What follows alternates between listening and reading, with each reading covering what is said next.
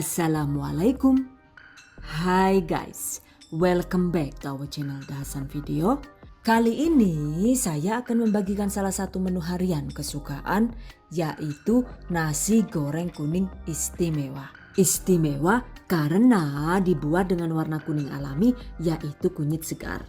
Sehingga hasilnya juga mantap, tampilannya cantik menggoda, dan bikin nagih. Pastinya cocok banget baik untuk sarapan, makan siang, ataupun menu makan malam. Wow, amazing. Okay guys, I bet that you've been curious to know on how to make it. Just check it out.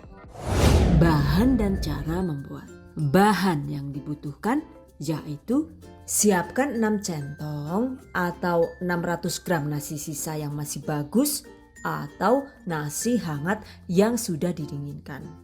Untuk bumbunya 6 sampai dengan 8 buah cabai merah keriting atau cabai merah besar, rajang serong sesuai selera.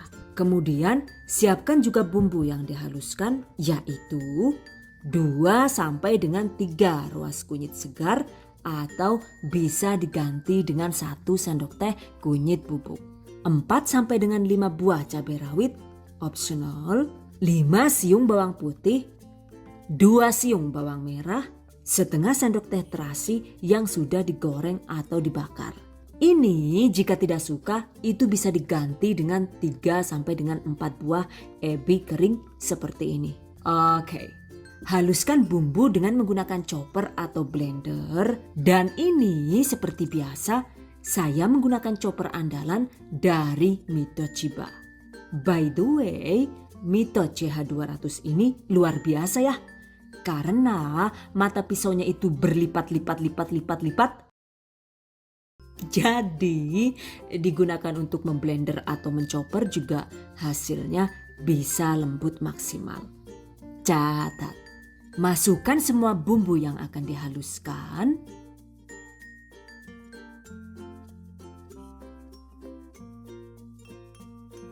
Blender hingga lembut.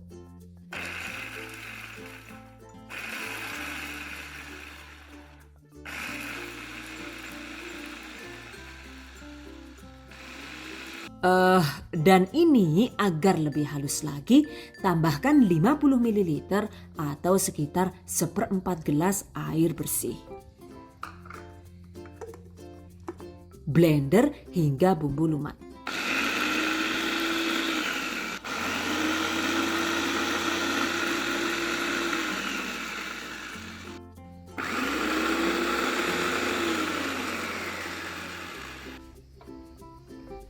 Nah, ini dia hasilnya. Sisihkan. By the way, jika tidak ada blender atau chopper, dihaluskan manual seperti ini juga boleh ya.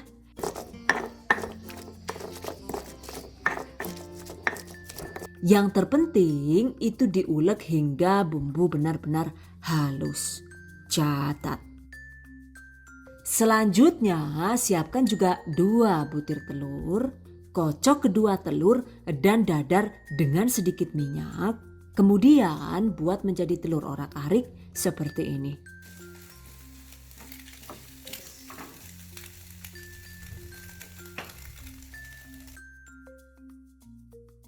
Sisihkan. Siapkan juga bahan lainnya ya. Dan jika semua bahan sudah siap, selanjutnya waktunya dieksekusi. Panaskan 5 sampai dengan 6 sendok makan minyak goreng.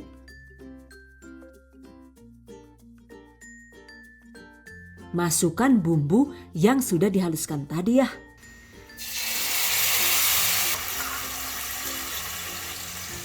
Tumis hingga harum dan matang.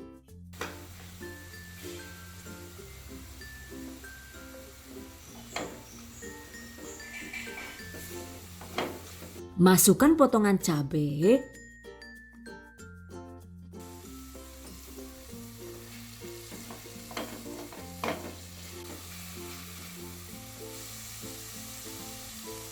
satu sendok teh garam, dan setengah sampai dengan 1 sendok teh bubuk kaldu jamur atau bubuk kaldu ayam Royco sesuai selera. 1 sendok teh merica bubuk, aduk hingga rata.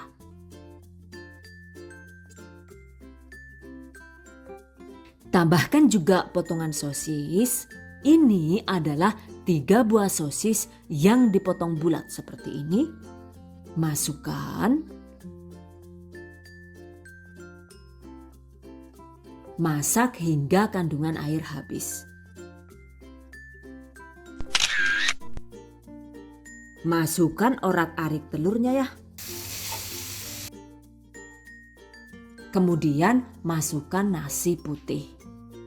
Dan ini jika nasi sudah masuk, pastikan api kompornya itu disetel besar ya. Karena jika menggunakan api kecil, nantinya bumbunya itu bisa membuat nasi jadi lembek dan kurang mantap.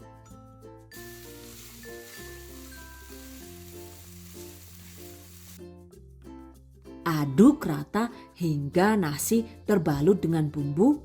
Ini terus diaduk dan digoreng dengan api besar hingga tanak alias aroma nasi gorengnya itu menjadi sangat terasa. Jika perlu, cicip nasi goreng secukupnya. Nah, karena menurut saya masih kurang sedikit asin, jadi ini saya tambah lagi bubuk kaldunya sekitar setengah sendok teh. Intinya sih untuk tingkat keasinan dan rasa gurihnya itu silahkan dikoreksi sesuai selera masing-masing. Dan jika dirasa sudah tanak, segera tambahkan bahan sayurnya ya. Masukkan irisan daun bawang.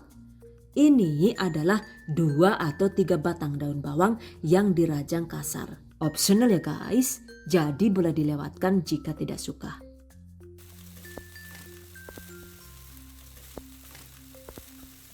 Jika suka, tambahkan juga ini.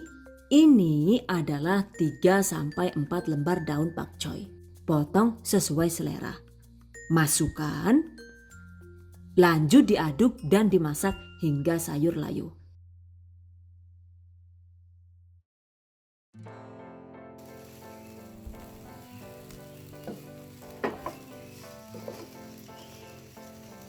Dan ini dia. Jika sudah terasa ada aroma nasi yang tergoreng, artinya nasi goreng sudah matang. Selesai.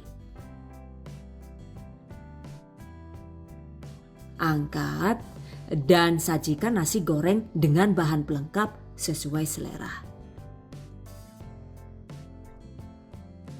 Sebenarnya sih dimakan langsung begini juga sudah enak banget. Cuma karena saya penggila sayur, jadi ya saya lengkapi dengan lalapan timun dan selada, lalu juga ada telur asin dan kerupuk. Oh, mantap banget kan ya?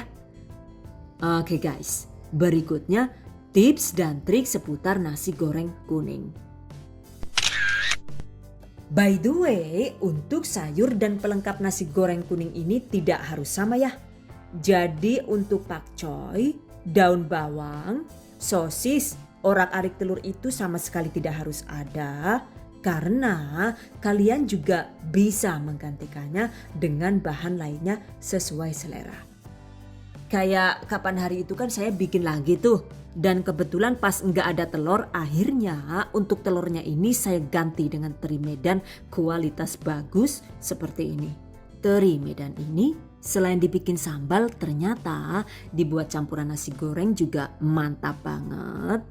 Cuma di Madiun ini emang agak susah sih nyarinya. Untungnya sih di online shop itu banyak yang jual ya.